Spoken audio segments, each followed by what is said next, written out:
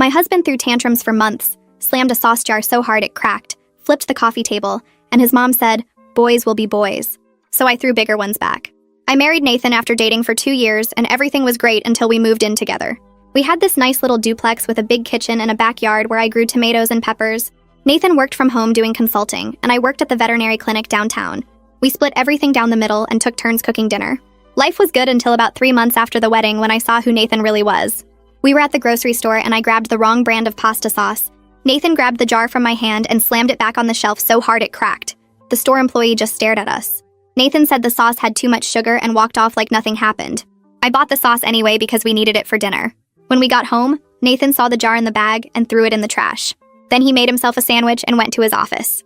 After that, the tantrums started happening all the time. If I bought the wrong coffee creamer, he'd pour the whole bottle down the sink while I was watching.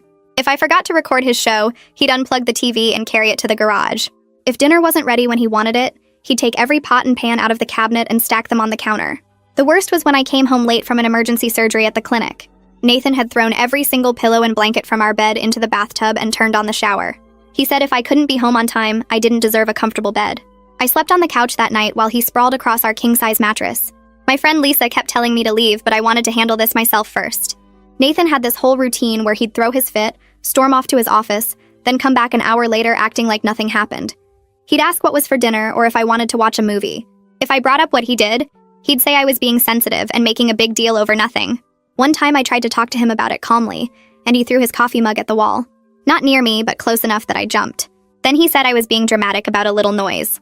His mom came to visit, and I tried to tell her what was happening.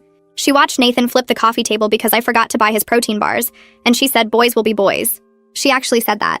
Then she told me her husband used to break plates when he was stressed, and it was my job to keep Nathan happy. That's when I realized nobody was going to fix this but me. So I started matching his energy. When Nathan threw the remote at the wall because the game was buffering, I picked up his gaming headset and launched it out the back door into the garden. He ran outside and spent an hour looking for it in the dark. When he poured out my expensive shampoo because I took too long in the shower, I took his entire shelf of supplements and protein powder and dumped them in the kitchen trash. He had to dig through coffee grounds and old food to get them back. When he knocked all my makeup off the bathroom counter because I left a hair in the sink, I went to his office and swept everything off his desk onto the floor. His laptop survived, but his coffee went everywhere. Nathan started getting confused. He'd throw his tantrum and wait for me to clean up or apologize, but instead I'd throw a bigger one. He threw a book at the door. I threw 3. He slammed cabinets. I slammed them harder. He started yelling that I was crazy and out of control. I yelled back that I was just expressing my feelings as he did. The breaking point came when Nathan's boss called him for an important video meeting. Nathan was in his office, and I was in the kitchen making lunch. I accidentally dropped a pan, and Nathan came storming out screaming about the noise. So I grabbed every pan we owned and started dropping them one by one. Nathan's face turned this deep red color that started at his neck and spread up to his hairline. His laptop screen showed his boss Winston's face frozen mid-question, and I could hear the tinny voice coming through the speakers asking what all that noise was about. Nathan slammed the laptop shut so hard I thought the screen might crack. He started walking toward me with his hands balled up into fists at his sides, and for a second I thought about backing up or apologizing or doing something to defuse the situation like I always did. But I was still holding that big cast iron skillet in my hand, and something in me just refused to move. Nathan stopped about 3 feet away from me, and we just stared at each other while he breathed really hard through his nose. I could see something different in his eyes that I'd never seen before. Something that looked almost like fear. Like he suddenly realized I wasn't going to back down this time. He opened his mouth like he was going to yell at me, but nothing came out. Then he spun around and punched the hallway wall so hard his fist went straight through the drywall. The sound was this awful crunch, and then he was shaking his hand and cursing, and he walked straight to his office and slammed the door so hard the whole duplex shook. I heard the lock click from where I was standing in the kitchen. I put the pan down on the counter and my hands were shaking. All the other pans were scattered across the kitchen floor like some kind of crazy obstacle course. I started picking them up one by one and putting them back in the cabinet, and my heart was beating so fast I could feel it in my throat. Through the office door, I could hear Nathan talking on his phone, and his voice had this high, panicked edge to it that I'd never heard before. I walked closer to the door and pressed my ear against it. He was telling someone that I'd lost my mind, that I'd ruined his important work call on purpose, that he didn't know what to do with me anymore. I realized he was talking to his mother. He kept saying things like, "She's out of control, and I can't live like this, and you need to come over here and talk to her." I stepped back from the door and went to sit on the couch in the living room. My phone was on the coffee table, and I opened it up to my photos. I'd been taking pictures of everything Nathan destroyed over the past few months without really thinking about why. There was the cracked sauce jar from the grocery store, the soaked bedding in the bathtub, my makeup scattered all over the bathroom floor, the dent in the wall from where he threw his coffee mug. the broken TV remote, my shampoo bottle empty in the sink. I had dozens of photos documenting every single one of his tantrums. Less than an hour later, I heard a key turning in our front door. Nathan must have given his mother a key without asking me because Lorraine just walked right in like she owned the place. She didn't even knock. She came into the living room where I was still sitting on the couch and stood there with her hands on her hips looking at me like I was a misbehaving child. She started in on this lecture about how a wife needs to respect her husband's work time and create a peaceful home environment and be supportive instead of destructive. She said Nathan had important responsibilities and I needed to understand that my behavior was affecting his career. I just sat there listening to her go on, and then I held up my phone. I started showing her the photos one by one without saying anything. The cracked sauce jar, the soaked bedding, my makeup everywhere, the wall damage, the empty bottles. She went quiet as she looked at each photo and her face got this pinched expression like she'd bitten into something sour. When I got to the last photo, she handed my phone back to me and said we both needed to grow up. Not just Nathan, both of us. Like I was equally responsible for this mess we were living in. Nathan's office door opened and he came out looking all disheveled with his hair sticking up. He and Lorraine went into the kitchen and started having this quiet conversation, but the duplex is small enough that I could hear most of it from the living room. Lorraine told him he needed to handle his wife, and those exact words made my stomach turn. Nathan complained that I'd changed, that I used to be sweet and easy to get along with, that now I was impossible to live with. He didn't mention any of his own behavior, or the fact that he'd been throwing tantrums for months before I started fighting back. Lorraine said something about marriage being hard work, and both people needing to compromise. But then she told Nathan that men sometimes need to be firm with their wives. I wanted to get up and throw something at both of them, but I just sat there on the couch gripping the armrest so hard my knuckles turned white. After Lorraine finally left, Nathan came and sat on the opposite end of the couch from me. We sat there in complete silence for what felt like forever. I looked at the clock on the wall and watched the minutes tick by. 1 hour passed, then another. Neither of us said a single word because what was there even to say at this point? We'd crossed into some kind of territory where normal couple communication didn't work anymore. We couldn't just talk about our feelings or work through our problems like regular people because we'd been destroying each other's stuff and yelling and throwing things for months. The silence was so heavy, it felt like something physical sitting between us on the couch. Nathan kept clearing his throat like he was going to say something, but then he'd just shift his position and stay quiet. I stared at the wall where he'd punched the hole and thought about how we were going to have to fix that before the landlord saw it. I thought about how much money we'd wasted on replacing things we'd broken. I thought about how tired I was of living like this. That night, Nathan took a pillow and blanket from the closet and went to sleep in his office. I went to our bedroom and lay down on the bed, but I couldn't fall asleep. I kept staring at the ceiling, thinking about everything that had happened. I'd matched Nathan's energy like I thought I was supposed to, like I was standing up for myself and refusing to be pushed around. But lying there in the dark, I realized that matching his tantrums hadn't fixed anything at all. I'd just proved that I could be as destructive as him. We were both living in a war zone that we'd created together. The duplex that used to feel like home now felt like a battlefield. My tomatoes and peppers in the backyard were probably dying because I hadn't had the energy to take care of them in weeks. Everything we'd built together was falling apart, and I didn't know how to stop it. I'd thought that fighting back would make Nathan see how awful his behavior was, but instead it just gave him an excuse to say I was crazy too. I finally fell asleep around 3 in the morning feeling more exhausted than I'd ever felt in my life. The next morning, I woke up to the smell of coffee. I walked into the kitchen and found Nathan standing by the coffee maker with this big fake smile on his face. He asked me what I wanted for breakfast in this cheerful voice that sounded completely wrong after everything that had happened yesterday. I just stood there staring at him, trying to figure out if he was serious. I told him we needed to talk about what was happening to us, about the fighting and the destruction, and his mother walking into our house uninvited. Nathan's fake smile got even bigger, and he said there was nothing to talk about if I would just stop overreacting to everything. He said we could go back to normal if I would calm down and stop making problems where there weren't any. I felt something break inside me when he said that. Not in a dramatic way, just this quiet realization that Nathan genuinely believed none of this was his fault. He thought I was the problem. He thought if I would just go back to being quiet and accepting his tantrums, everything would be fine. I didn't say anything else to him. I just went back to the bedroom and got ready for work. I drove to the veterinary clinic downtown and walked in through the back entrance like I always did. My coworker Alyssa was in the break room making coffee, and she took one look at my face and asked if everything was okay at home. I opened my mouth to give her my usual response about how everything was fine, but instead I felt my eyes fill up with tears. Alyssa put down her coffee mug and took my arm and led me into the supply room. She closed the door behind us and I just started crying. Not pretty crying either, but the kind where you can't breathe right and your nose runs everywhere. I told her everything. About the pasta sauce at the grocery store, and Nathan throwing things and pouring out my shampoo and soaking our bedding in the bathtub. I told her about how I'd started fighting back and throwing bigger tantrums than his. I told her about the pans yesterday, and Nathan punching the wall and his mother showing up uninvited. Alyssa listened to the whole thing without interrupting once. When I finally stopped talking and wiped my face with a paper towel, Alyssa was quiet for a minute. Then she said very gently that what I was describing sounded like an abusive relationship. I started to argue with her because Nathan had never actually hit me, but she held up her hand. She said abuse wasn't just physical, and that destroying property and controlling behavior and creating a scary environment all counted. She said even though I was fighting back now, that didn't make it better. She said two people destroying each other wasn't a relationship. It was mutual destruction. She asked me if this was really how I wanted to live for the rest of my life. I stood there in the supply room surrounded by boxes of medical supplies and bags of dog food, and I realized I didn't have an answer to that question.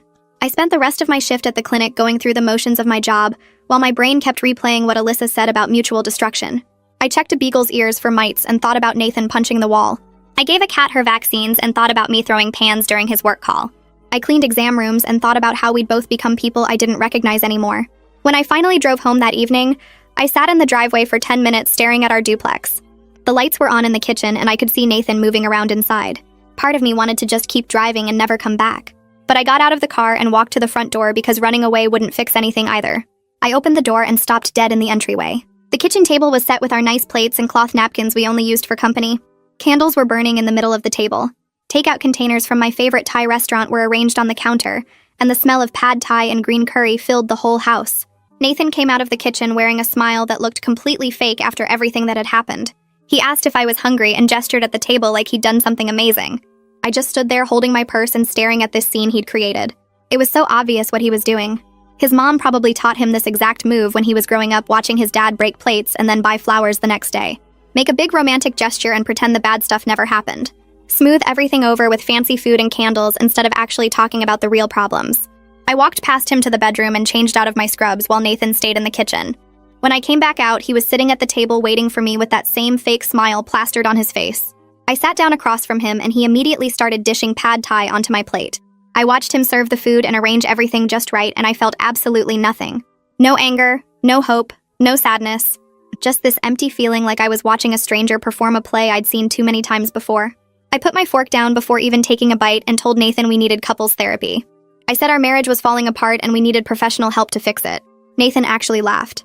Not a mean laugh exactly, but this dismissive sound like I'd said something ridiculous. He said therapy was for people with real problems like addiction or affairs. He said we just needed to stop being so dramatic about everything and get back to normal. I asked him what normal meant to him, and he said it meant me not overreacting when he got frustrated and him not having to walk on eggshells in his own home. I pointed out that he'd punched a hole in our wall yesterday, and that wasn't frustration. That was violence. Nathan rolled his eyes and said I was making it sound worse than it was. He said lots of guys punch walls when they're mad and it didn't mean anything. I sat there looking at him across the candlelit table with expensive takeout getting cold between us, and I realized he genuinely believed what he was saying. He actually thought punching walls and destroying my stuff and soaking our bedding in the tub was normal behavior that I should just accept. The romantic dinner wasn't an apology. It was a bribe to get me to go back to being quiet and manageable. I stood up from the table and told Nathan I was serious about therapy. He said he wasn't going to waste money on some therapist who would just take my side anyway. I went to the bedroom and closed the door while Nathan stayed at the table eating Thai food by himself. The next morning, I woke up to Nathan's voice coming through the bedroom wall. He was in his office talking loud enough that I could hear every word. I got up and pressed my ear against the wall between our bedroom and his office. Nathan was on the phone with his boss, and his voice had this fake, cheerful tone that made my skin crawl. I heard him say something about construction next door causing noise issues yesterday. He apologized for the disruption to the video meeting and promised it wouldn't happen again. There was a long pause where Nathan wasn't talking, and I figured his boss was responding. Then Nathan's voice got higher and more stressed. He said the construction was unexpected and he'd already filed a complaint with the building management. Another pause. Nathan said he understood the client had been on the call, and he took full responsibility for not warning everyone about potential noise. His voice was getting tighter, and I could tell his boss wasn't buying the construction story. Nathan spent the next hour on damage control calls. I got dressed and ready for work while listening to him talk to different people trying to fix his professional reputation. He called someone named Winston back and spent 20 minutes explaining his home office situation and promising his work quality wouldn't suffer. He called another colleague and asked them to smooth things over with the client who'd been on the disrupted call.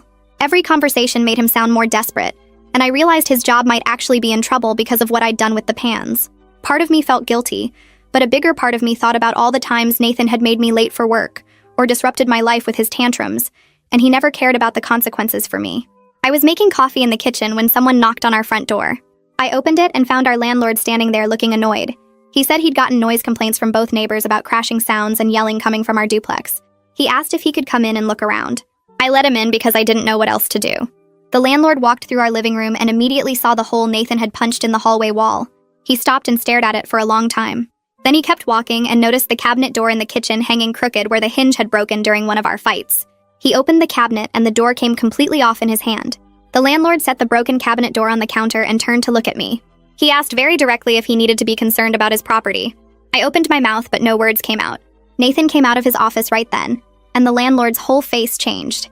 He asked Nathan what was going on with all the damage and noise complaints. Nathan immediately switched into this charming, friendly mode that made me want to throw up. He smiled at the landlord and said everything was fine. He said we'd had some minor accidents, but he was planning to repair everything himself this weekend. He put his hand on my shoulder like we were this happy couple, and I had to force myself not to pull away.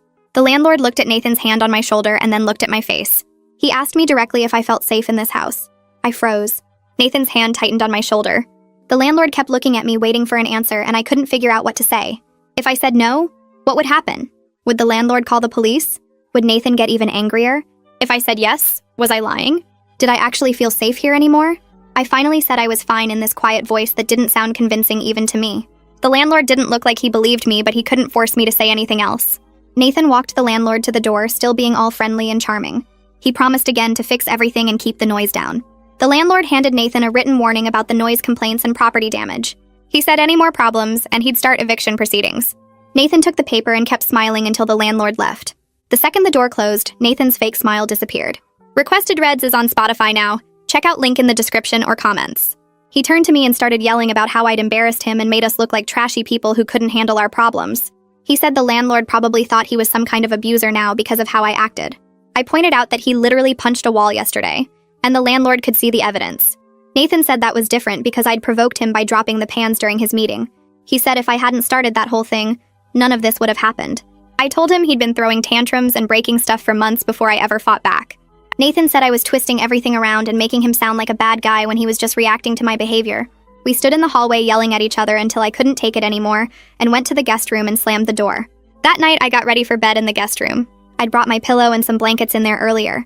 I was just getting under the covers when I heard Nathan in the hallway. The guest room door opened and Nathan walked in. He didn't say anything, just went straight to the bed and started pulling the mattress off the frame. I asked him what he was doing, and he said if I wanted to sleep separately, then I could sleep on the floor or the couch. He dragged the mattress out of the guest room and down the hall to his office. I heard him shoving furniture around to make room for it. I stood in the empty guest room looking at the bare bed frame and felt something break inside me that hadn't broken before. This wasn't anger or destruction during a fight. This was cold, calculated punishment because I'd tried to set a boundary. I grabbed my pillow and went to the living room couch. I lay there in the dark, listening to Nathan moving around in his office, and thought about how we'd gotten to this point. I thought about the grocery store and the pasta sauce, and how that first tantrum should have been a warning sign. I thought about all the times I'd made excuses for him, or tried to fix things myself instead of leaving. I thought about how I'd started matching his tantrums, thinking it would make him see how awful his behavior was. But instead, it just gave him ammunition to say I was crazy too. The next day at work, my friend Ellie found me in the break room. She'd heard from Alyssa that things were bad at home. Ellie asked if I wanted to come stay at her place for a few days. She had a spare room and said I could have some space to think about what I wanted to do. I sat there with my coffee getting cold in my hands and seriously considered taking her up on it. It would be so easy to just pack a bag and leave for a while. But then I thought about Nathan staying in our duplex acting like he'd won something. I thought about how I'd be the one adjusting and accommodating again while he got to keep his space and his routine. I told Ellie thanks, but I wasn't leaving my own home. Nathan was the one with the problem, and I was tired of being the one who had to leave or change or fix things. Ellie looked worried, but she said she understood. She made me promise to call her anytime, day or night, if I needed help. I promised and went back to work, but I kept thinking about her offer all day. Part of me wondered if I was being stupid by staying. But another part of me was just so tired of running away from problems or trying to make myself smaller, so other people could be comfortable. When I got home that evening, Nathan's office door was closed and locked. I could hear him typing and talking on the phone. I made myself dinner and ate alone at the kitchen table. Nathan stayed in his office until after I went to bed on the couch. The next few days followed the same pattern. Nathan worked long hours with his door locked, and I went to work and came home and we barely saw each other. When we did pass in the hallway, we didn't speak. We were living like hostile roommates who happened to be married.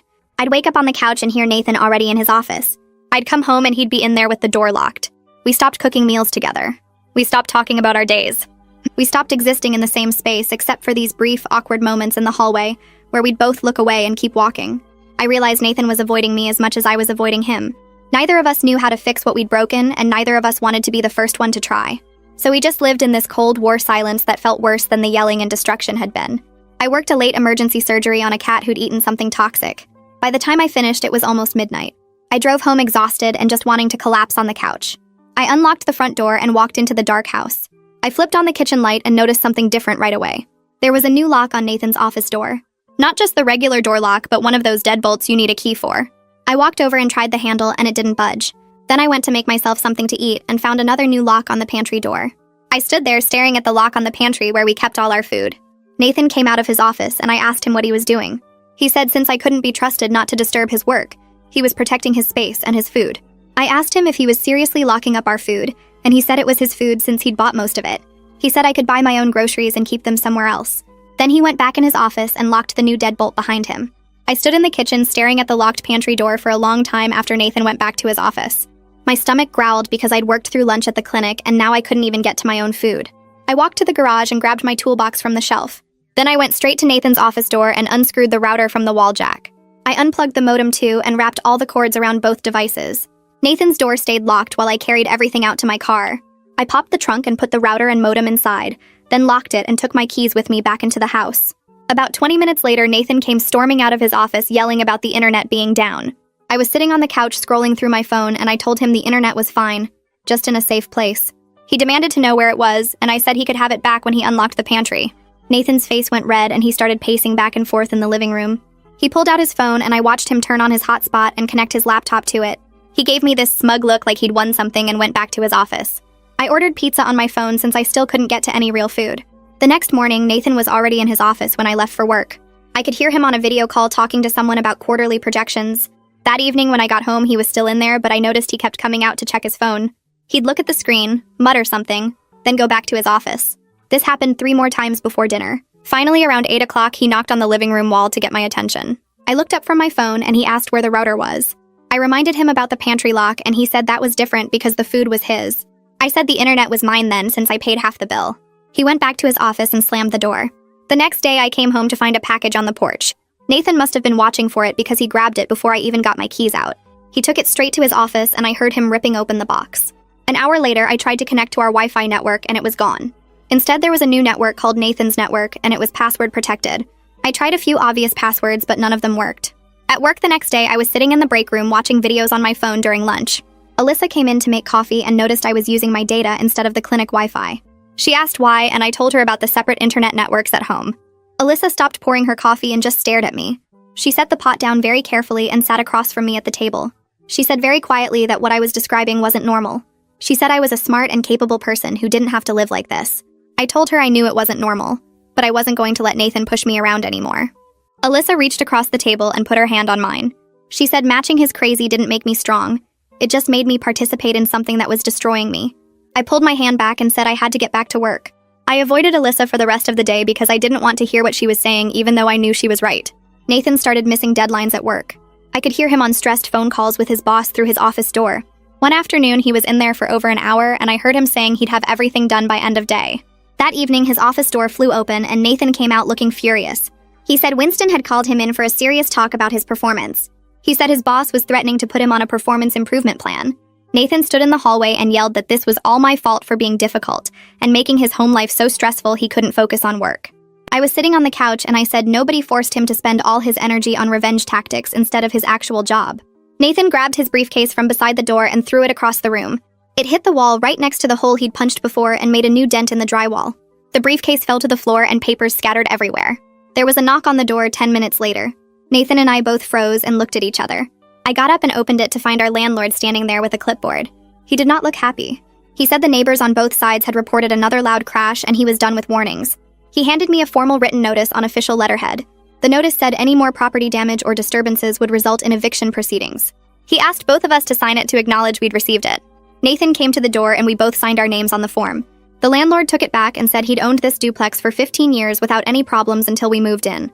He looked at both of us and said whatever we were doing to each other needed to stop or we needed to leave. Then he walked back to his car and drove away. Nathan went back to his office without saying anything. I sat on the couch and looked at the 2 holes in the wall and the scattered papers on the floor. I thought about the locked pantry and the separate internet networks, and the way we couldn't even be in the same room anymore. I grabbed my keys and went out to my car. I sat in the driveway with the engine off just staring at the duplex. An hour went by and I still couldn't make myself go back inside. The house had become this place where everything felt like a battle, and I was tired all the time. I wasn't afraid Nathan would hit me because he never had. But the whole environment had turned toxic, and every day felt like walking through a war zone. I pulled out my phone and just sat there holding it, not sure who to call or what to say. I ended up calling Ellie around 9 that night, still sitting in my car with the engine off. She picked up on the second ring, and I could hear her TV playing in the background. I told her everything about the landlord's notice and the separate internet networks, and how Nathan and I were basically living like enemies in the same house.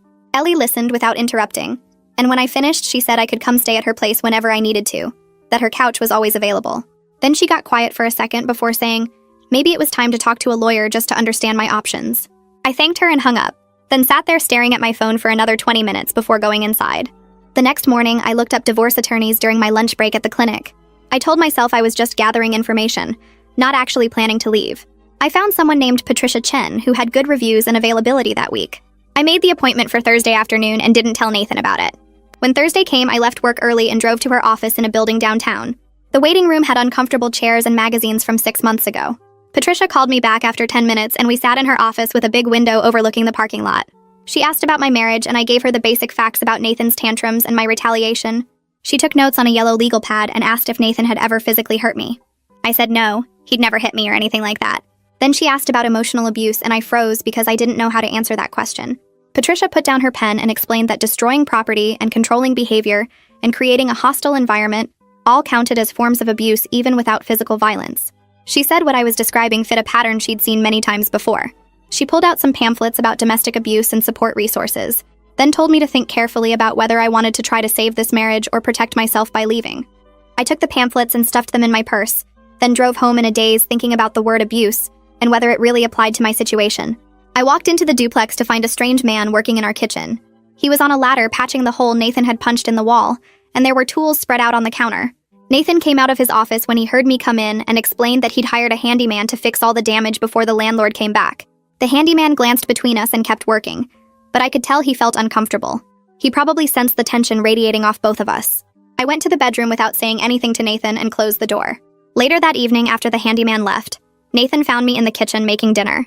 He told me in this cold, formal voice that he was fixing everything so we wouldn't get evicted, speaking to me like I was a business partner instead of his wife. I realized we hadn't had a real conversation in over a week, just these tactical exchanges about practical matters. He asked what time I'd be home tomorrow, and I told him my usual time. Then he nodded and went back to his office. I ate dinner alone at the table, looking at the freshly patched wall. At work the next day, Alyssa cornered me in the supply room and asked how things were going at home. I tried to brush her off, but she wouldn't let it go. She said I looked exhausted and stressed and she was worried about me. I finally admitted that Nathan and I were barely speaking and living like hostile roommates. Alyssa said even if Nathan wouldn't go to couples counseling, I needed to talk to someone because this situation was clearly taking a toll. She pulled up a therapist's website on her phone and showed me the profile for someone named Heidi Molina, who worked with relationship issues and trauma. I took a picture of the screen and promised Alyssa I'd think about it. I called Heidi's office that afternoon and made an appointment for the following Tuesday. The receptionist asked what I wanted to work on, and I said relationship problems, which felt like a massive understatement. When Tuesday came, I left work at 4 and drove to Heidi's office across town. She met me in the waiting room, a woman in her 50s with gray hair and kind eyes. Her office had soft lighting and comfortable chairs and a box of tissues on the side table. She asked me to tell her what brought me in, and I started talking about Nathan's tantrums and my retaliation, and everything that had happened over the past months. Saying it all out loud to a stranger made me realize how completely abnormal our situation had become. Heidi asked what I wanted to get out of therapy, and I opened my mouth to say I wanted to fix my marriage, but the words wouldn't come out. I sat there staring at the tissue box and realized I didn't even know if I wanted to save my marriage anymore. Heidi didn't push me for an answer. Instead, she started asking about Nathan's behavior patterns and my responses to them. She explained that what I was describing followed a classic abuse cycle, even though Nathan wasn't hitting me. She said my retaliation was a trauma response to feeling powerless in my own home. Then she said something that hit me hard, that matching his destructiveness didn't give me power back. It just made me participate in my own harm. I left that session feeling like someone had taken everything I thought I knew about my situation and turned it upside down. I kept seeing Heidi twice a week after that first appointment. Over the next few sessions, things started getting clearer in my head. I'd been so focused on proving I wouldn't be pushed around that I'd lost sight of whether this relationship was even worth fighting for. Nathan hadn't changed at all since I started matching his tantrums. He'd just gotten sneakier about his control tactics, like locking the pantry and creating separate internet networks. I was exhausted from constantly being on guard in my own home. Heidi helped me see that I deserved better than living in a war zone, whether I stayed with Nathan or not. 3 weeks into therapy, Nathan's mother called me directly for the first time in weeks. I was sitting in my car outside the clinic after work when her name popped up on my screen. I almost didn't answer, but curiosity got the better of me. Lorraine didn't even say hello, just launched into how she'd heard from Nathan that I was in therapy.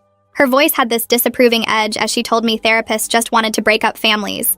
And I held the phone away from my ear and stared at it for a second, then brought it back and very calmly told her I had to go. She was still talking when I hung up. I brought the phone back up and told her that her son learned his tantrum behavior from somewhere, and maybe she should think about her own role in creating this situation. My voice stayed calm and level even though my heart was pounding. Lorraine made this sputtering sound like she couldn't believe I'd said that to her. She started to say something about respect and family, but I just ended the call and set my phone down on the passenger seat. My hands were shaking a little, but I felt good about finally saying what needed to be said. An hour later, my phone buzzed with a text from Nathan asking how dare I speak to his mother that way, and saying I owed her an apology. I didn't respond because there was nothing to say that would make any difference. When I got home, Nathan was waiting in the living room with his arms crossed. He started yelling the second I walked through the door about how I disrespected his mother and embarrassed him. I dropped my bag on the floor and yelled back that his mother enabled his terrible behavior for his entire life. Nathan's face went red and he screamed that I'd turned into someone he didn't recognize anymore. I screamed back that I was just matching the energy he brought into this marriage from day one. We stood there in the middle of the living room actually yelling at each other for the first time in weeks, instead of doing our usual Cold War tactics. Nathan said I used to be sweet and easy to get along with, and now I was angry all the time. I told him I was angry because he'd made our home a place where I had to constantly defend myself. He yelled that everything was fine until I started acting crazy. I yelled that everything was never fine and I'd just been too scared to stand up for myself. Nathan suddenly stopped mid-sentence and his whole body seemed to deflate. He walked over to the wall and just slid down until he was sitting on the floor with his knees pulled up. He put his head in his hands and said he didn't know how we got here. His voice came out quiet and tired instead of angry. He said he didn't know how to fix it, and this was the first honest thing he'd said in months. I stood there looking down at him and realized I was exhausted too. All the anger drained out of me, and I just felt empty and sad. I walked over and sat down on the floor across from him with my back against the opposite wall. We looked at each other for a long time without saying anything. The house was completely quiet except for the sound of the refrigerator humming in the kitchen. I told him I didn't know if this marriage could be saved. He looked up at me with red eyes. I said I knew it couldn't continue the way it had been going because we were destroying each other. Nathan nodded slowly and wiped his face with his sleeve. Nathan started talking in this low voice about his dad and how he used to watch his father throw things and yell at his mom. He said his dad would break dishes when he got stressed and his mom would just clean it up and act like nothing happened. Nathan said he grew up thinking that was normal, and that's how men handled their feelings. He looked at the floor and admitted he had anger issues. He said he didn't want to be like his dad, but he didn't know how to be different because this was the only way he'd ever seen conflict handled. His voice cracked a little when he said he was scared he'd already become exactly like his father.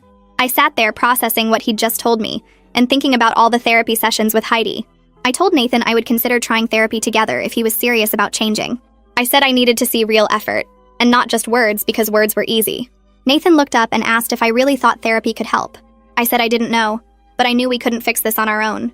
He nodded and said he'd find a couples therapist and make an appointment. For the first time in weeks, I felt this tiny bit of hope that maybe we could actually work through this.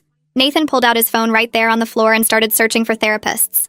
I watched him scroll through options and read reviews out loud. He found one that had good ratings and specialized in marriage counseling and anger management. He called the office and left a message asking for an appointment as soon as possible.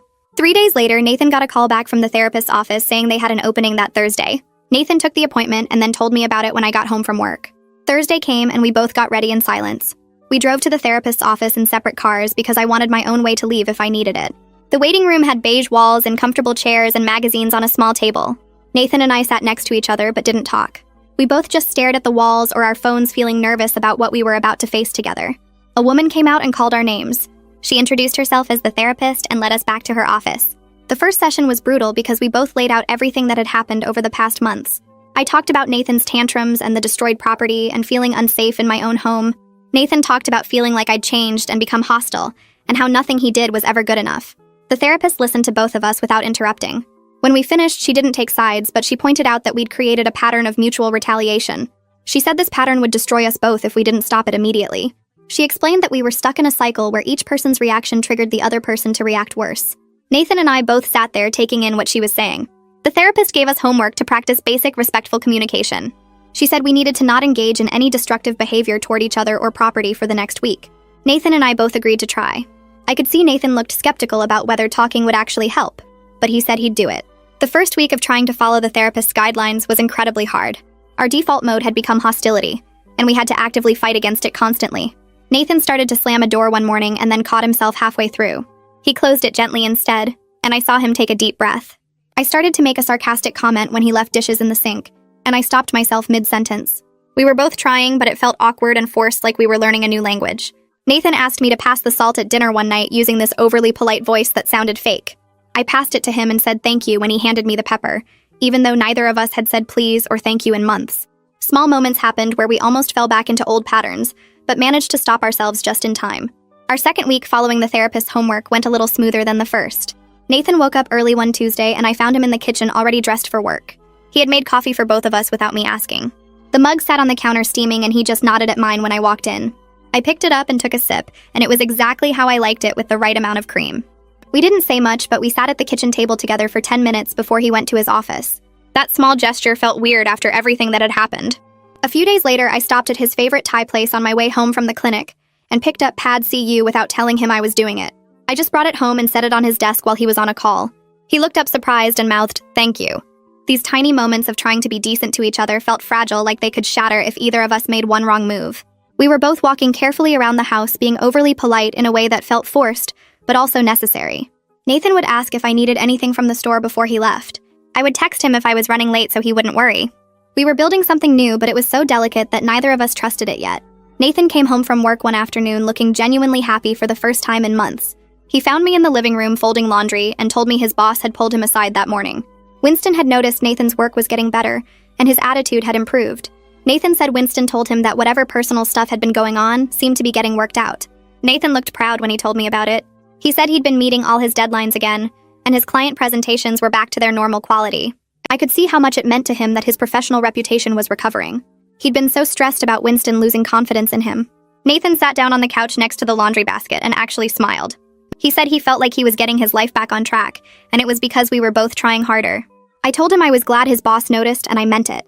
Seeing Nathan care about something besides our fights reminded me of the person I'd married before everything went wrong. Nathan's phone rang while we were eating dinner the following week, and I saw his mom's name on the screen. My stomach dropped because Lorraine's calls usually meant drama. Nathan looked at the phone, then at me, and picked it up. I expected him to get up and take it in his office like he always did, but he stayed at the table. I could hear Lorraine's voice coming through the speaker, loud and demanding. Nathan took a breath and said he needed to talk to her about something important. He told her that he and I were working on our marriage in therapy, and we were making progress. Lorraine started talking over him, asking what kind of therapy, and saying marriage counselors just caused problems. Nathan interrupted her, which I'd never heard him do before. He said he needed her to either be supportive of what we were doing, or stay out of it completely. Lorraine's voice got higher, and she started listing all the things she thought I was doing wrong. Nathan said he wasn't going to discuss it, and he needed her to respect his boundary. There was silence on the other end. Then Lorraine said fine in this cold voice and hung up. Nathan put his phone face down on the table and went back to eating his dinner. I just sat there shocked because Nathan had never stood up to his mother about anything related to me. He didn't look at me or acknowledge what had just happened, but I could tell it had been hard for him. 2 weeks later, I asked Nathan to pick up my prescription on his way home from the coffee shop. He said he would, and I didn't think anything of it. When he got home that evening, he had the coffee, but not my prescription. I felt this immediate anger rise up in my chest, and I asked him where it was. Nathan looked confused, then said he'd completely forgotten and could go back out to get it. My brain went straight to assuming he'd done it on purpose to mess with me. I said he probably forgot on purpose because that's what he always did when I asked him for something. Nathan's face fell and he said he genuinely forgot and he was sorry. I didn't believe him and I could feel myself getting ready to start a fight. Nathan suggested we call our therapist because this was exactly the kind of thing she'd told us would happen. I didn't want to call her because I was mad, but Nathan pulled out his phone and sent her a message asking if we could have an emergency session. She responded within an hour and said she could see us the next morning. That night we barely spoke, and I slept badly convinced Nathan had forgotten on purpose. The next morning we sat in the therapist's office and I laid out what happened. She listened, then asked me why I immediately assumed Nathan forgot on purpose. I said because that's what he used to do. She pointed out that Nathan had been following through on everything else for weeks, and one forgotten errand didn't mean he was back to his old patterns. She asked Nathan if he forgot on purpose, and he said no. He was thinking about a work problem and it slipped his mind. The therapist explained that rebuilding trust meant we'd both make mistakes, and we had to give each other room to mess up without assuming the worst. She said I was still in fight mode looking for reasons to be mad, and Nathan was still scared of my reactions. We talked through it for the full hour, and by the end I felt stupid for blowing up over a forgotten prescription. 3 months into therapy, Nathan and I were having more good days than bad ones. We still had moments where we slipped into old patterns, but we caught ourselves faster. Nathan was learning to say he was frustrated instead of throwing things. One morning he was annoyed that I'd used the last of the coffee creamer, and instead of pouring something out, he just said he was irritated and went to the store to buy more. I was learning to set boundaries without destroying his stuff. When Nathan left wet towels on the bathroom floor, I told him it bothered me instead of throwing his toiletries in the trash. We were both working hard, but it still felt like work. Our therapist kept reminding us that change takes time, and we shouldn't expect to undo months of bad patterns overnight. Nathan was better about expressing himself, and I was better about not jumping to retaliation. We still argued sometimes, but the arguments didn't turn into destruction anymore. We actually talked through problems which felt weird and slow but effective. I noticed I wasn't constantly on edge waiting for Nathan to explode. He noticed I wasn't looking for reasons to fight back. We were building something that felt more stable even though it was different from what we'd had before. Our lease was coming up for renewal, and we weren't sure if the landlord would even let us stay. He'd given us that formal warning about the property damage and noise complaints. Nathan called him to ask about renewing, and the landlord came by the next day to inspect the duplex. He walked through every room looking at walls and floors and cabinets. Nathan had fixed the holes in the walls and replaced the broken cabinet hinges. Everything looked clean and intact. The landlord seemed surprised. He said he'd noticed it had been quiet for months with no complaints from the neighbors. Nathan told him we'd worked through our problems and things were much better now. The landlord looked at both of us and said he was glad we'd figured it out because he'd been ready to start eviction proceedings. He said he'd had this property for a long time and he liked having good tenants. He agreed to renew our lease for another year and told us he hoped things stayed peaceful. After he left, Nathan and I looked at each other and both felt relieved. Keeping our home felt like proof that we were actually making progress and not just pretending. I met Alyssa for lunch at the sandwich place near the clinic, and she asked how therapy was going. I told her about the progress Nathan and I had made over the past few months. Alyssa listened and then said she was proud of how hard I'd worked to fix things. She said I seemed like myself again, and not the stressed, angry version of me she'd been seeing for months. I thought about what she said and realized she was right. I wasn't walking on eggshells anymore waiting for Nathan to blow up. But I also wasn't in constant fight mode looking for the next battle. I felt more like the person I used to be before everything got so bad. Alyssa said she could see it in how I carried myself at work, and how I talked about my life. She said I smiled more and seemed lighter. I hadn't noticed the change in myself, but hearing her say it made me realize how much better I felt. The weight of living in a war zone was gone. I still had work to do in therapy, but I wasn't drowning anymore. Spring came and the backyard garden I'd planted the previous year was completely overgrown with weeds. I hadn't touched it in months because I'd been too stressed and angry to care about tomatoes and peppers. Nathan found me looking at it through the kitchen window one Saturday morning. He said we should plant it together this year since I'd been too overwhelmed to maintain it alone. I was surprised because Nathan had never shown interest in gardening before. We spent the afternoon outside pulling weeds and turning over the soil. Nathan asked what I wanted to plant, and I listed the vegetables I'd grown before. We drove to the garden center and picked out seedlings together. Nathan carried the heavy bags of soil and I organized the planting layout. We worked side by side in the backyard, digging holes and setting plants in the ground. Nathan got dirt all over his hands and clothes and didn't complain once. We watered everything and stood back to look at our work. It felt almost normal in a way it hadn't in nearly a year. Just two people working on a project together without tension or anger. The garden became something we both took care of over the following weeks, and it felt good to share that responsibility. Our therapist scheduled our regular session and told us she wanted to talk about our progress. She said Nathan and I had made significant improvements in how we communicated and handled conflict. She pointed out that we'd gone from mutual destruction to actual problem solving, but she warned us that we needed to stay careful about our patterns, especially during stressful times. She said the tools we'd learned in therapy only worked if we kept using them. She recommended we continue therapy monthly as maintenance instead of stopping completely. She explained that many couples stop therapy as soon as things get better, and then fall back into old patterns when stress hits. Nathan and I both agreed to keep coming monthly. We'd worked too hard to risk losing the progress we'd made. The therapist said she was proud of both of us for doing the difficult work of changing. She reminded us that growth was ongoing, and we should celebrate how far we'd come, while staying aware that we'd always need to be intentional about our relationship. Nathan's mother called and said she wanted to visit the following weekend. Nathan asked me if that was okay, and I said yes, even though I was nervous. Lorraine showed up on Saturday afternoon, and I expected the usual tension and judgment. But she sat down at our kitchen table and looked at both of us with this serious expression. She said she wanted to apologize to me for dismissing the problems in our marriage and enabling Nathan's behavior. I sat there stunned because Lorraine had never apologized for anything. She said watching Nathan almost lose his marriage had made her think about her own marriage and the patterns she'd passed down to him. She admitted that Nathan's father had treated her the same way, and she'd normalized it by calling it boys being boys. She said she realized she'd taught Nathan that destructive behavior was acceptable when it wasn't. Lorraine looked at Nathan and told him she was sorry for not holding him accountable. Then she looked at me and said she was sorry for making me feel like his behavior was my fault. I didn't know what to say, so I just nodded. Nathan reached across the table and squeezed his mom's hand. Lorraine stayed for dinner, and the whole visit felt different from every other time she'd been in our house. She was actually trying to be supportive instead of critical. After she left, Nathan and I sat on the couch, and he said he never thought his mom would admit she was wrong about anything. I said it meant a lot that she'd reflected on her own role in the situation. We both felt like maybe things really were changing for the better. 6 months after that day with the pans, Nathan and I are in a much better place, though we both know we're not completely healed. We've learned to catch ourselves before falling into old patterns, and we actually talk about problems now instead of destroying things. Last week, Nathan started getting frustrated about something at work, and I saw him clench his fists. He stopped himself, took 3 deep breaths like our therapist taught him, and told me he needed 10 minutes alone. I said okay, and went to the backyard to check on the tomatoes. When he came back out, he apologized for needing space and explained what was bothering him with actual words. These moments still feel new and fragile, but they're happening more often than the bad days.